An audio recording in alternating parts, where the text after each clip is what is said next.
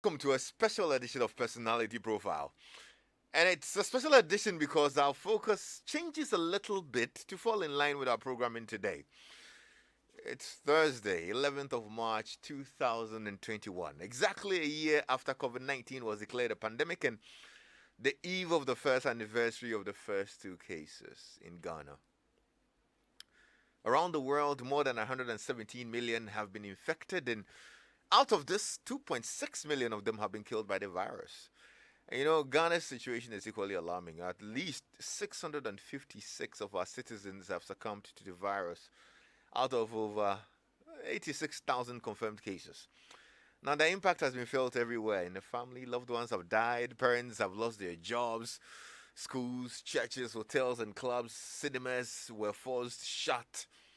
Our work culture changed tremendously.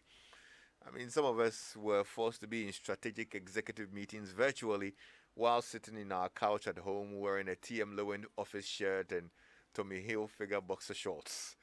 Now, today, our programming on the Joy Brands has highlighted the impact of COVID 19 a year on. And tonight on Personality Profile, I host a good friend of ours who decided to share her COVID experience on her social media in detail, how it all transpired from her period of, isolation testing, isolation to recovery. Now, I'll give you the chance as well to also share how COVID 19 impacted your life in the past year. Did you contract it? How did you pull through? Have you lost a family member to COVID? How's life after the loss? You can share your story with us on WhatsApp on 055 1111997, or you can call later when I activate the phone lines on 0302216541. What are the learnings? What has the past 1 year taught you? Beyond COVID and the health experience, it actually taught us life lessons as well. You might want to share yours. If there's something on your heart you'd want to share with us, you can kindly do so on our WhatsApp on 055 Like I mentioned earlier, a bit later we will activate the phone lines as well so you can call in today. But before we get there, my guest is Dzigbordi Asigbe. She is a nurse by profession and she joins me on Personality Profile today on our special conversation. Hello, Dzigbordi. How are you? Hi, Lexis. I'm fine. Nice, really good to see you. So, I was admiring your black, and initially I thought you were mourning, but it looks like that's a fashion statement for today, isn't Yes, please. it? Really glad that you're here today. I followed you chronicling your experience on your social media. Saw the reactions and the engagements, and it was quite revealing. So tonight, I thought we'd get to talk about it. But how are you? I'm fine. You good? Sure. Awesome, that's good. Now, your timeline was really set ablaze the past, what, 1 week or 2 weeks, right? About a week. About a week ago. Yes. And are you surprised at the reactions that you were getting? No, I'm not. Hmm. Not exactly. Okay. Because I've been a COVID ambassador for some time and I do get a lot of information in my inbox. Okay. So I wasn't that surprised. All right. That's good. Now, let's get back to exactly a year ago. Because I'm sure a year ago as well, you heard some news. Sure. Tell me about it. About a year ago, there was news of the first two cases, or I think one case that was detected in Ghana. Yeah. And everybody was waiting for the president to speak that evening because before the president came to speak, there were already speculations. Yeah, there were Before rumors he here and there. yes, Yeah. before he finally came to speak and admitted that we had two cases in the country. But before he actually made that admission, you knew, or you There had were heard. speculations. We were all not sure. You were not sure. Sure. Okay. So what happened after that? You didn't get to, because I think I learned that a doctor of yours or somebody close to you as well. No, please. Not at all. No. The Okay. person wasn't close to me. Yeah, but you heard of a Sure. healthcare worker who had Yes. contracted it. Yes. And at the time, we all really didn't know much about it. We only saw the damage it was doing to other countries. I personally was following CNN and BBC and seeing all this happening in the UK and the US and how healthcare workers were suffering. And as a healthcare worker, was there any form of pressure on you at the time? There was no really pressure at work, but there was pressure from home, from family. They were also watching the news all over the globe and they were getting scared for us. Okay. So they call, they encourage you, then they discourage you from going to work because they are scared of the outcome. Oh, they did. But for the hospital environment, people shied away from hospitals because they were afraid that Yeah. they were going to get COVID from the hospital. So the situation in the hospital lessened, but family pressure put a lot of psychological impact because everybody was afraid of the disease. Yeah. We knew what it was doing over there in the outside, in the outside world, but we didn't know how it will treat us as a Yeah. country. Yeah. But you personally, were you not pressured in any way? How did you take it at the time? I was scared, especially when the lockdown started. Ah. The morning of the lockdown, we all woke up, everybody was in their homes, and you get on the street and you are the only one. So I remember that day, the only car I met on the way to work, when I turned to look, it was a colleague nurse I had known. So we waved each other. It was quite scary. It was like there is a disease everybody is running away from, and you are running to the disease too, Yeah.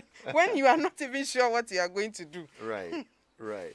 Now let's talk about it. I mean, because look, you managed to live almost a year without contracting it, and then in February you did. Yes. Tell us about that experience. I'm really not sure how the whole thing happened because in the past, I have been tested before. There were people around me who contracted it. I was a contact to people. I was tested. And for one person, I worked with her for over a month before she was tested. She was having symptoms for some time and complained, and she wasn't tested on time. So from the time she started complaining to the time that she was tested, it was over a month. And I was the only one closely working with her. So myself, I was surprised that the result came back. My result came back negative. So I asked for a retest, which was denied. But Oh, really? I was suspicious that I may have been positive because we were in close contact. Okay. So that time I was surprised. But what happened then was that those times I was using N95 mask. Not like now that we can't really be affording those masks from then till over a year. Yeah. So these days I use the surgical mask. Okay. Okay. Okay. So what? The N95 protected you more than the surgical Yes, mask? it is more effective than the surgical mask. So you think your switch from the N95 to the surgical mask might have contributed to you contracting it? It's a possibility. It's a possibility. Okay. Now, before we even talk about after you got tested and you got positive and all of that, I mean, you talked about how you being a COVID ambassador then. Yes. What did you do within the year that really protected you from contracting the COVID, apart from your N95s? I took my infection prevention seriously. When I get back from work, one thing I mostly did was whatever I wore to work, I changed into something else to work with. So from work, I changed back into what I wore from home. And whatever I wear from work, I don't take it home. So I wash it at work and use it back at work. So I don't take anything from work to the house. Oh. That was what I was doing then. And secondly, once I get home from work, I remove whatever I'm wearing and leave it in my porch. So I go straight to the bathroom. I bath before I see my family. Wow. That's a lot. Anyway, and you did all this. Then in February this year, what made you go test? What happened? I felt sick. I was actually having the signs and symptoms. I thought it was malaria. Everything just felt like malaria. There wasn't any temperature. The typical things that we know for COVID, that somebody will be coughing, somebody will have temperature. That is why we keep checking people's temperature here and there. And when somebody is coughing, everybody tends to look. There was none of that. From the beginning of the journey to the end, I never had temperature. Oh. And I wasn't coughing. So The cough started later when I was put on an expectorant. But Okay. before then, I never coughed. But I had chills. When I'm under the fan, I feel cold. When I turn it off, I feel warm. It was that kind of thing. So I was always cold, warm, that way. Yeah. And then the first sign that came was that I passed mucoid stool. Okay. The symptoms took about a week before I ended up in the hospital. Mm-hmm. So I passed mucoid stool. The stool was not the normal kind of stool, it was mucus. And then there was blood stains in it. Okay. So I got suspicious. But then I thought, oh, this will go by the end of the day. Yeah. Then I realized that didn't go. It went into the next day. But then by the third day, it had left. Then the chills came, the malaise, body pains, the joint pains. Mm-hmm. The whole body was aching. When you touch anywhere, I feel pain.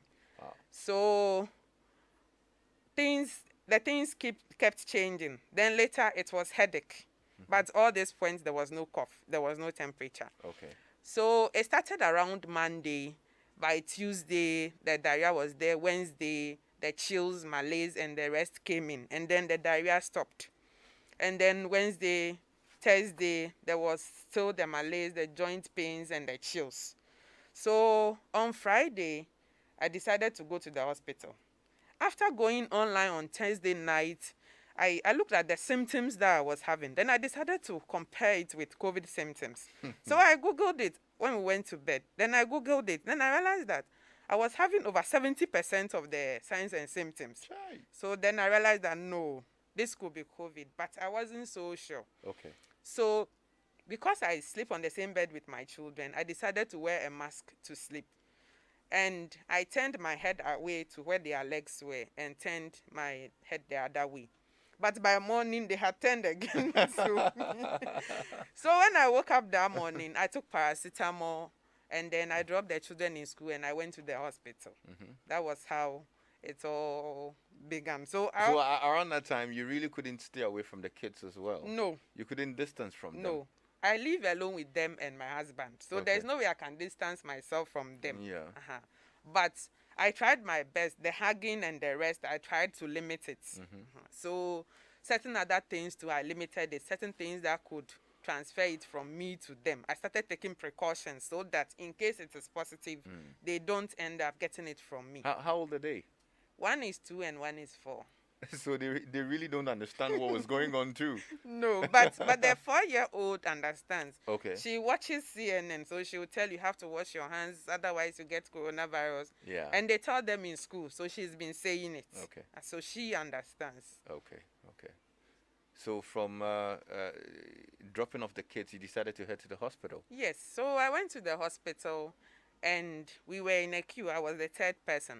So most hospitals now have a tent in front of their facility where you are pre-triaged before you enter the premises. So over there, you have to wash your hands, and then they sanitize it, and then you take a seat, they check your temperature, ask you a few questions regarding COVID-19 before they allow you into the premises. So if they suspect that you may be a candidate for testing, then they follow a different protocol. But if they don't, then you follow the queue and then you go to the OPD.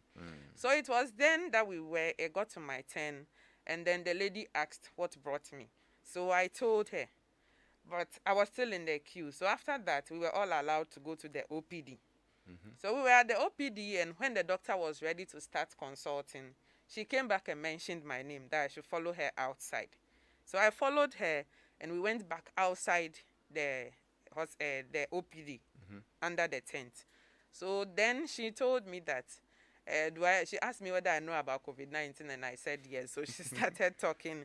She mentioned the symptoms, and she said she thinks that from the signs and symptoms I have presented so far, they are suspicious, so they wouldn't want me to go and sit among the other people. So I should sit over there, and when the doctor is ready, she will send me in to see the doctor quickly and go. And I said, okay. So from that moment, I was isolated. So I sat over there alone. So a lot of things. Was that a subtle confirmation of it for you? No, you can't really be sure until you get testing. Yeah. But every step of the way, it gets closer to it. No, what you are thinking is what everyone else is thinking. Yeah. So it is most likely it. Okay.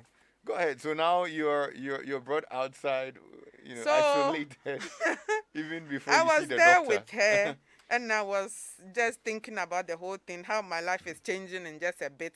Yeah. I cannot be among the people and I'm brought outside. But because I performed the same duties before, I understood what was going on. I wasn't Right. offended.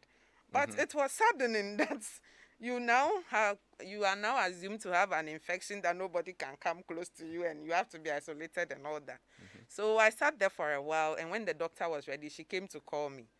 So when I went to the doctor's office, immediately I opened the door. She came to spray my hands with hand sanitizer Hey. before I sat down. So after sitting down, she also asked of why I was there. And then after telling her everything, she also confirmed what the nurse said earlier and said they want to do a COVID test for me if I don't mind. And I said, oh, I don't have any problem with that. So she wrote the test on a request form and handed it over to me. But she said that they would do BF for malaria and do a typhoid test and do a full blood count to see if there is any other thing. And I said, okay. So she said I should go to their lab. So the whole process was hurriedly done. So you wouldn't wait anywhere. Everywhere you go, they just attend to you and you go. So I got to the lab and I sat in front of the lab and I cried. You cried. I was sad at all what was happening. Yeah. I don't know whether it is the COVID that made me paranoid or that everybody actually changed around me because Yeah. they suspected I had COVID. Yeah. So I can't really distinguish whether it is paranoia or it is actually their behavior that changed. But turn the tables, because you had also been in that situation as well. I understood. You understood. I Okay. understood, but the feeling Yeah, it wasn't it's so not good. funny. Yeah. So I was cautious for people not to stigmatize me. So if I want to come in, I knock the door and ask, can I come? Yeah. If you say yes before I enter, I don't want to open the door and enter, then you ask me to go out. Yeah. So I was very cautious from that moment. Yeah. So I knocked the lab door and the man opened it and I asked, can I come? He said yes. Then I entered. So when I entered, I asked him, can I sit down? He said yes. Then I sat down. So he took my samples and gave me a bottle for stool to send home. So if I get stool, I can bring it back. So I left there. And then the request form that I was given, I was supposed to go to another branch of the hospital for the testing because they don't do it there. Okay. So I went. So they gave me exclusivity for 3 days. So after I left the lab, the doctor already requested prescribed medications for me because they didn't want me to go to the lab and return to the doctor and do all that. So she prescribed medications. Were they COVID medications? Yes. Hey. So the lab results was not ready, but she had prescribed the medication. So we didn't know whether the malaria was positive or whatever. I just went to the pharmacy and they gave me the medications. So when I received them, I realized they were a combination of medications that were used to treat COVID. So every step of the way, it gets closer to you being positive. Yeah. Everything keeps affirming what you are suspecting. So I drove from there to the testing center. I was shivering that morning. I drove there and the place was crowded. There were lots of people. So it took over 2 hours and then the sample was taken. You enter a room with one man in there, and then you open your mouth, tilt your head backwards, and then he swabs your throat. Okay. In a way that induces vomiting. So he swabs your throat and then they ask you to go and you receive a text message around the same time the next day of the results. Okay. So it took 24 hours. It was a private facility, not Yeah. government facility. So the next day, so that evening, I went back home and then I took some of the medications I was given. So I slept. But in the nights, the children woke up early. So we all didn't sleep because they slept earlier than normal. It was a Vows Day, so they celebrated in school. When they came, they were tired. So they slept very early. Yeah. So they woke up around 2 a.m. and decided not to sleep again. And because I was getting weaker, I decided to prepare food down so that in case it gets to a stage I cannot really cook for them, they will have something to munch on before we get help. Okay. So I prepared banku around 2 a.m. and then prepared porridge stew down for them. Hey. And they were watching cartoons. They were watching cartoons. And this is actually within the 24 hours that you were waiting for the results, Yes. right? So I was in mask. Okay. So I wore the mask at home and they were asking questions and I explained to them. But they Yeah. are children, so they will try to touch the mask once a while. It wasn't easy. So finally they slept around 6 a.m. I was very weak by then. And Were you then, anxious? no, I was not anxious. I was too weak to be anxious for anything. I knew I Ah. was sick and all I needed was medication. Yeah. And at a point, I kept thinking that probably if I had gone to the pharmacy to buy anti-malarials, I would have been better by now because the whole thing felt like malaria. So I kept thinking that they were just delaying treatment for malaria. If I had probably started the treatment, self-medicated, I would have been better. So in the morning by 8, I was still feeling weak and I couldn't wait for the results. So I went back to the hospital, the testing center, Okay. to collect the result. So when the man handed the result to me, then he said, I can go to the other branch for the medications. The result was clipped. So I didn't know what that means, whether it means I am positive or they are treating something else, I don't know. And because there are people there and I didn't want anybody to know, COVID is heavily stigmatized. So I was desperate about everything. So I just took the paper. I didn't understand what he said, but I left. So when I entered the car, I opened the result before I saw that, it was positive. So I wasn't too surprised. Okay.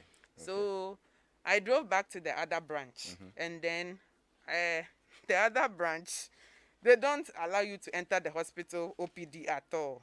If you are COVID positive. Yes.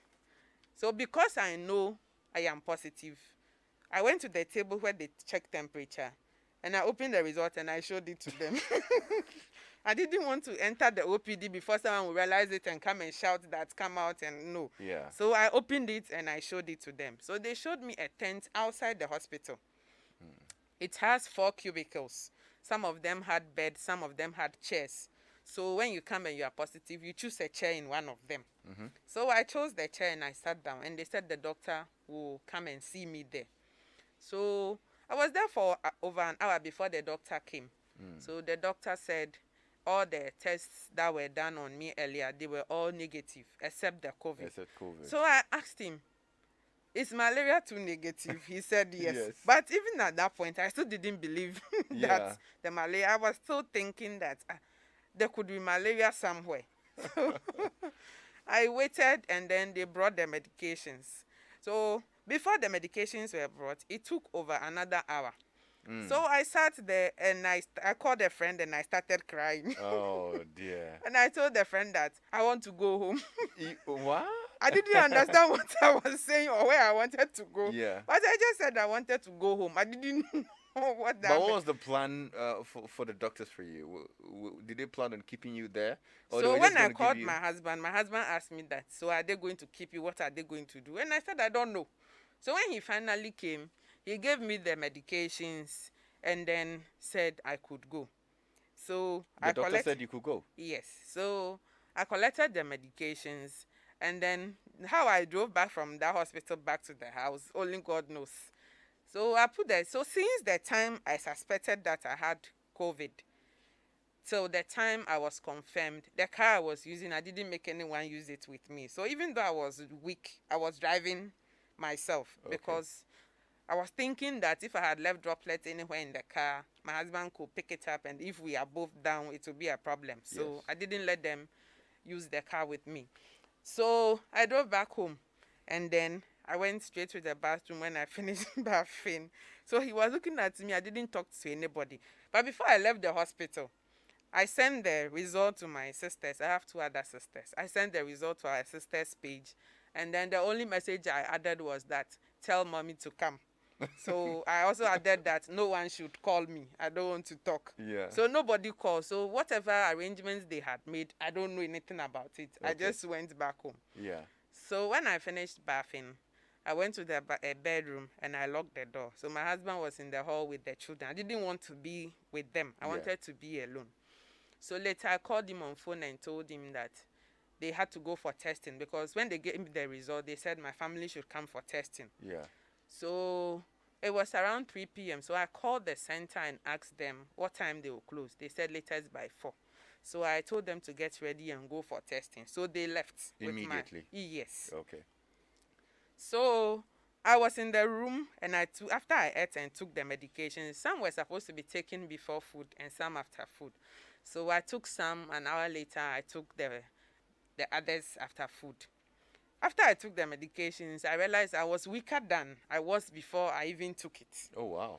So I was down. Getting up became a problem. So I took my phone and called the doctor at one of the treatment centers and told him that this is the situation. So he directed me to a certain hospital and said, call this doctor from this hospital and tell him that I say they should sort you out. So I called the doctor. The line went through and he didn't pick, and he sent a message that I should send a text. So I sent him a message saying, this doctor says I should call you so that you sort me out. So he also directed me to another doctor that he said he was not in the hospital at that moment. But this other doctor was in the hospital, so I should go to him and tell him to assess me and see whether everything was all right. So before my family came back from the hospital, I had left. You had left. It was a different hospital. Okay. So I drove back. When I got there, the car key was even too heavy for me to hold. Wow. I was shaking. So he was in the consulting room, so I knocked the door and he said, come in. So quickly he picked his mask and wore it. And then I entered. So I told him I am this person. And then this person says I should come to you so that you assess me. So he asked about the medications that I am on. And when I told him, he reviewed them. He said I should drop some and take that. There were too many. And I said, okay. So whilst leaving the place, I asked him whether they could check my SpO2, the pulse saturation, the oxygen saturation. So they checked it. So when they fixed the pulse oximeter on my finger, then he said I should sit down. So I sat down. At that time I was dizzy. I couldn't really see well.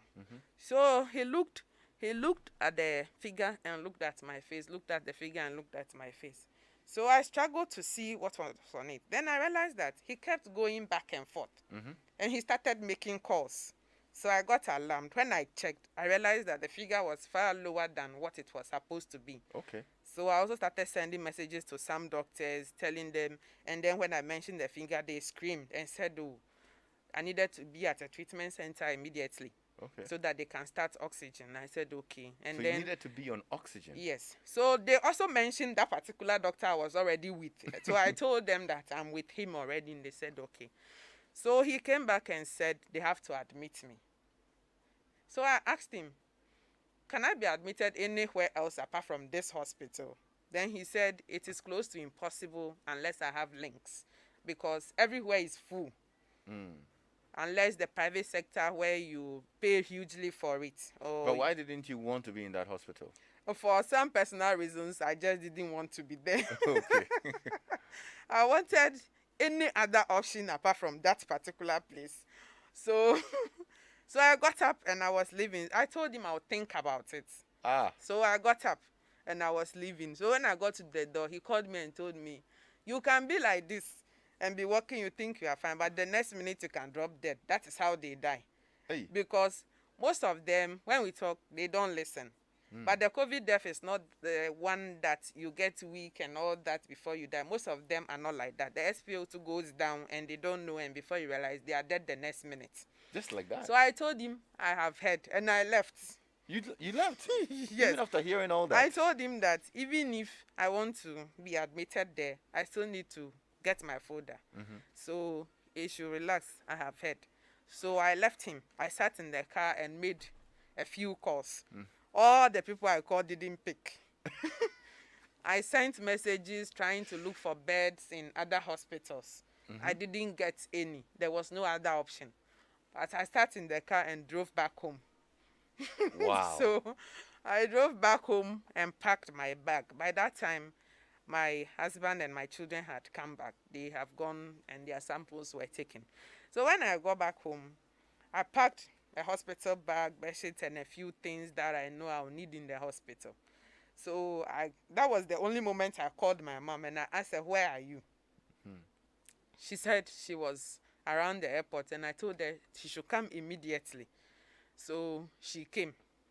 So when she came, she wanted to hug me. And I said no. She was in a mask. I was also in a mask in the house throughout. So she wanted to hug me, and I said no, she shouldn't worry. And then, Why did you call mom? because I live with my husband, and we have 2 toddlers. If I am admitted to the hospital, somebody will have to bring food, somebody will buy medications. If there's emergency, they will call him.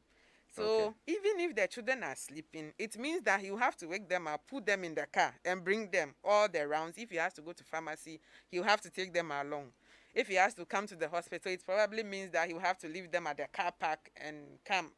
I actually thought you called mom because you wanted just some mommy's TLC or No. something. That's what it sounded like. No, we couldn't have done it without her. Yeah, yeah. So she came, and then she wanted to hug me. I realized she was trying to make it not look like she was stigmatizing me. Mm-hmm. So she wanted to hug me, and I said no, she shouldn't worry, I'm okay. So we started exchanging greetings, and I told her that I really don't have the energy. I was trying to catch my breath. Yeah. So she should just sit down and let me tell her the arrangement so that I can leave. Then, And you were going to leave to the same place that yes, you didn't that I want. ran away from. Okay, that's good. So she came to sit beside me in the couch, and I told Mhm. her no, she should go and sit in the other chair. That I don't mind. So she sat in another chair, and I spoke to her. I told her how everything went and how I have to go on admission. And she was sad. She Yeah. didn't take it easily. Yeah. So after that, I hugged them, and then when I had to hug the children, everybody started crying. It was as if I was going on a journey that I would not return. Mm-hmm. So I left, still alone, put my bag in the car, and I drove off from them. So I went back to the hospital. The same doctor had not closed. Okay. And I told him I am back. Then he said, for the admission. I said yes. And I said yes. So that was how I got admitted into isolation. And how was that isolation experience? It was a terrible one. It's being in Terrible. isolation is more terrible than having COVID, Really? because this is not a normal kind of isolation. It's not like the normal kind of disease that they isolate you. This is contagious. Everybody around you is afraid. Even your family is afraid of you. So the feeling is different.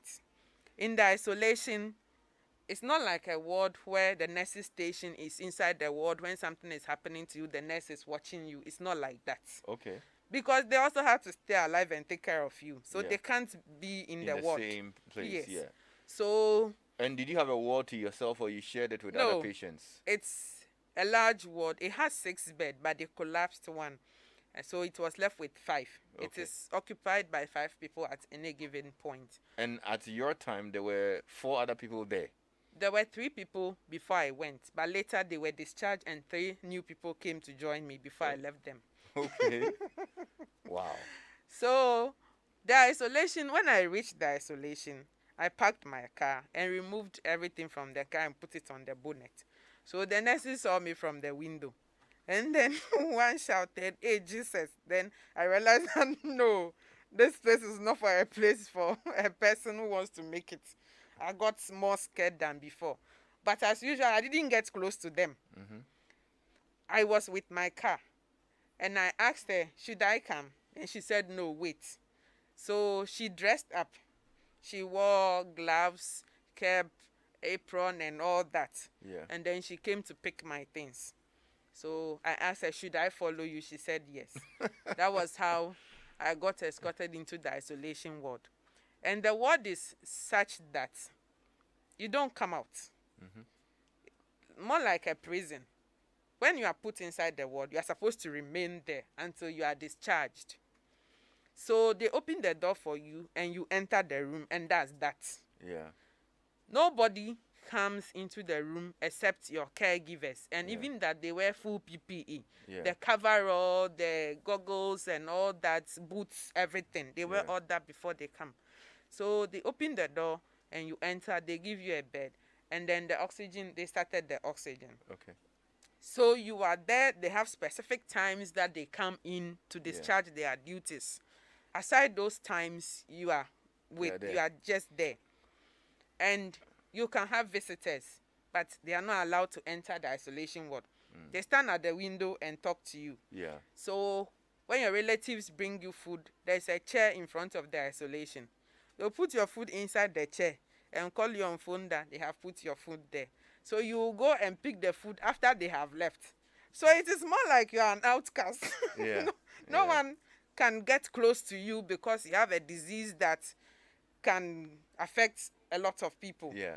So they leave the food, you go and pick it and eat. If they bring medications, it's the same way. Yeah. So if they want to talk to you, they come back to your window, talk to you briefly, and they are gone.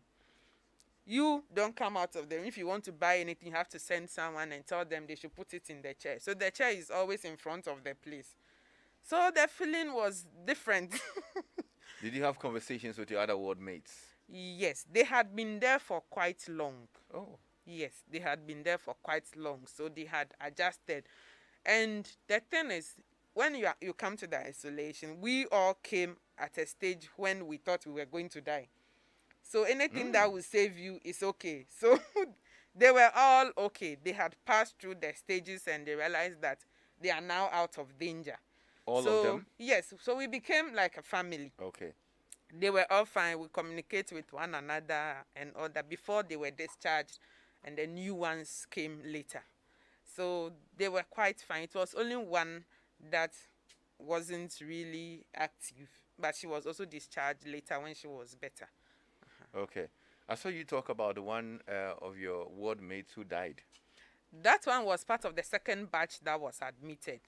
What happened? That batch was admitted after the first 3 people that I went to meet were discharged. Okay. That very day. It didn't take more than 2 hours and then they were brought. Apparently, they were in a different ward for over a week because the isolation ward was full. So when those people were discharged, they were brought. So they were all ambulant. They were all walking. There's a washroom inside the isolation. We have our dustbin. Everything we need is inside there. There is a bathroom and there are washrooms there. So they came around 4 p.m. Only that particular man was on oxygen. The rest were not on oxygen. They were quite stable. So the man was very fat, huge, thick, tall. He was close to the washroom. So they fixed. How old do you think he will be? It will be early 50s. Okay. But he was talking. He was walking too. He fed himself. He went to the washroom. 10 p.m., the nurses came round and they administered our medications and they left. And then he was on his oxygen. I don't usually sleep early because because of the effects of the medications. And then there was an infusion on me. So I stayed awake for some time to monitor how it was going. So the other 2 people slept. And then I realized that the man got up from the bed and was standing near his bed. And then he removed the oxygen mask. So he removed it and put it on his bed. For whatever reason, I don't know. So he was standing there for a while. Then he decided to sit down. So I realized that he tried balancing himself. And all I realized was the man was dead. He just died. It didn't take time. He wasn't there for some time gasping or whatever, shouting, nothing. The man just died like that. The man was walking 1 minute. And the next minute, the man was on the floor, dead. Wow. Yes. That was how the man died. Just like that? Yes. He fed himself. We talked. The new people that came, we started getting accustomed to one another. So we were all chatting before the nurses came to administer the medications and the rest slept. So this is not somebody that was bedridden or anything. Yeah. Even though I was on oxygen too, I wasn't bedridden either. We could walk and do a few things. Just that if you do too much, you get breathless. So you will really have to slow down. So the man just fell down and died. So I called the nurses, and when they came, he was huge, very huge. They couldn't carry him. And then they called the mortuary man too. He couldn't carry him. So they left him there. So the ward They left him there. Yes, the ward is such in that your full glare. yes, the ward has curtains separating us from one another. So I pulled the curtains so that the other patients would not see. So they didn't know the man died until morning. Oh, he lay there from about 10 p.m. till morning. Yes, they didn't know the man died. I screened the place and they didn't know. So when the nurse came, the nurse covered the corpse. After they tried carrying the corpse and it wasn't successful, they covered it. So they said that unless the morning mortuary staff comes to help them before they'll be able to carry the corpse. So that morning, around 5:30, I asked the nurse to give me warm water to clean myself. And when I was done, I packed my bag and I left. You run away? Yes. I left the isolation center. Wow. Because this is a different kind of death. You and the person have the same condition. And with COVID, you are never sure of anything. Yeah. 1 minute you are standing, the next minute. So it Yeah. was scary. Yeah. So it tells you that you that is here, you don't have any assurance. Anything can happen. So I left. So you wanted to leave that This is so interesting. And that same night, there was news on social media that a nurse had died in the ICU from COVID. boy. So I read that too and I got so scared. So I left. I was still positive you left? Yes. And where were you going? No, they the previous day, the doctor came and we discussed my discharge. The doctor said he was going to discharge me and I said, oh, the results of my family had come back and they all tested negative. Okay. So I can't go home. Okay. So I told him to give me some time to plan where I will go. So he told me, okay, then let's look at tomorrow. So we had already talked about discharge. I was weaned off oxygen by then. So we had already talked about discharge. So that morning, I just left. And then, so the nurse manager of the unit called me later in the morning to ask me what happened. And I told her. So she apologized for it. And then later, the doctor too called. So I told him that it's okay. He should just hook me up with a clinical psychologist immediately. I need to speak to one. So immediately, he sent me the number and I called the person. That was the time I became calm. I'm wondering how you were able to, actually, I don't know whether you did sleep, but you knew there was a corpse in the room. I didn't sleep. You didn't sleep? No. In fact, I just didn't want to cause a scene. I would have left that night. And the thing is that if you have COVID and you're running away, there's nobody that will chase you. You have power. That's true, yeah. You have power, so nobody can chase you. So I just didn't want to cause a scene. Yeah. I knew they wouldn't agree and it would be back and forth. And you lay awake. I would have left that night. You lay awake the whole Yes. night staring at the corpse? Yes. No, I wasn't staring at the corpse. Okay, I screened the place. you- Yes, but I knew I was the only one who knew the corpse was there. So it was in the morning when I decided to leave that the other patients were asking me before they realized that the man had died. So they didn't know. So what did you leave to? I went to a hotel. I checked into a hotel Okay. to continue my isolation there. So I was there till the 2 weeks elapsed before I left. And then you tested negative. Yes. Wow. what a story. Interesting. I mean, you've seen a lot. Yes. I'll activate the phone lines now. I promise to do that because I know some people want to also send in their messages and call. If you want to call in, you can call on 0302-216-541. I've got a message from Rich K in the USA. Let me remind you, we are live on our Facebook page as well, so you can check us out on our Facebook page. Lexis, I thank God for the life of your guest. God bless her for sharing. Listening to her makes me worried about the preparedness of some of our health professionals in the times that we find ourselves. Thank God she's enlightened and knew how to be cautious, but the health workers probably kept exposing themselves and others by letting her loose and walking about. Okay, handing over such sensitive test results without the psychological counseling, and only God knows how many people she may have infected. The pandemic all started with one person, but see the catastrophic exponential effect worldwide. We thank God for her life. But our health workers generally need to up their game. I think they've done their best, to be honest. You know, health workers need to be commended. I got to be honest with you. Because I mean, even the psychological trauma.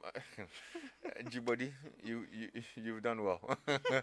Green in Soto says Lexis have been a victim of contact tracing twice, and in all of this, the difficult part is when you're asked to do the 7 days isolation. Y- y- well, I didn't have to isolate exactly, but you know when in the beginning when you tested, you had to Yes. wait You for about quarantine. a week quarantine. Yes. Yeah, for a week before you get the results. Yes. Listen, that has been the most uncomfortable part of, like, it's so nerve wracking. You have no idea. It's so nerve wracking. I got a message from Eugenia Bambio. Says say hi to Dzigbordi for me. Hola. Yes. Are you no student of Olago? Yes. Oh, okay. So Dzigbordi, tell me about the financial toll it had on you. Well, when I started the journey, they put me on oral medications that you swallow, before I got admitted.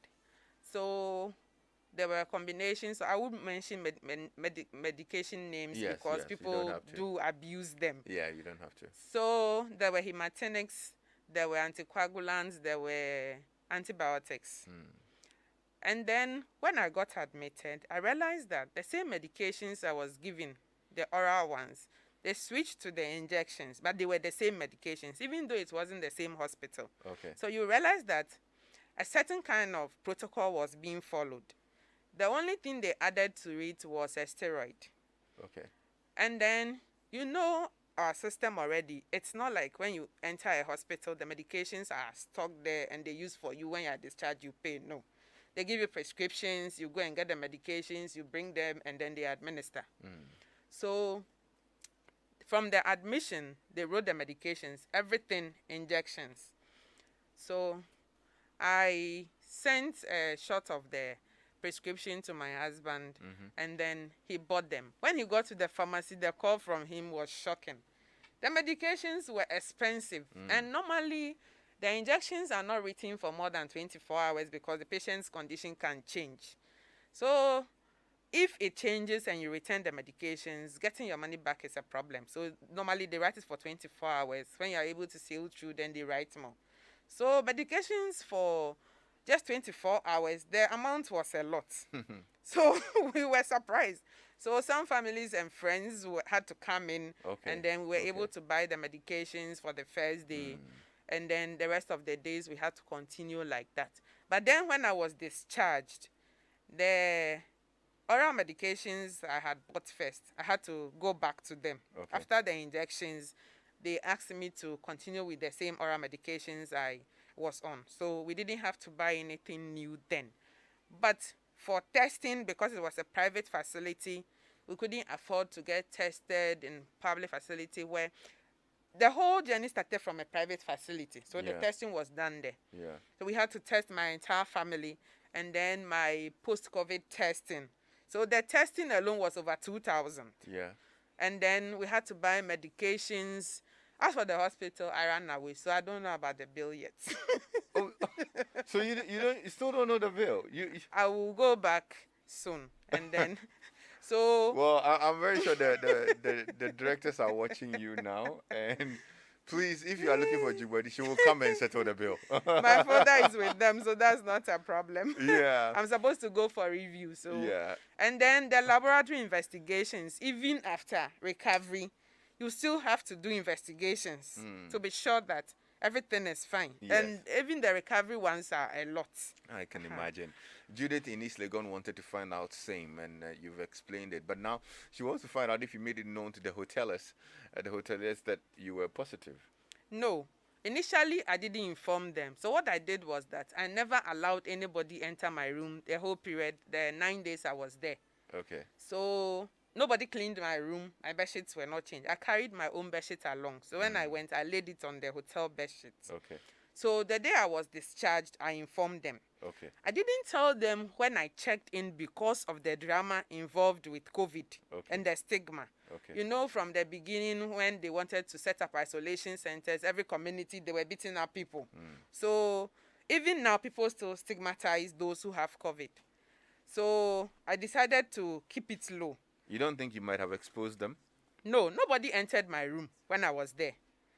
And somebody mentioned that they are not even sure how many people I may have infected going back and forth.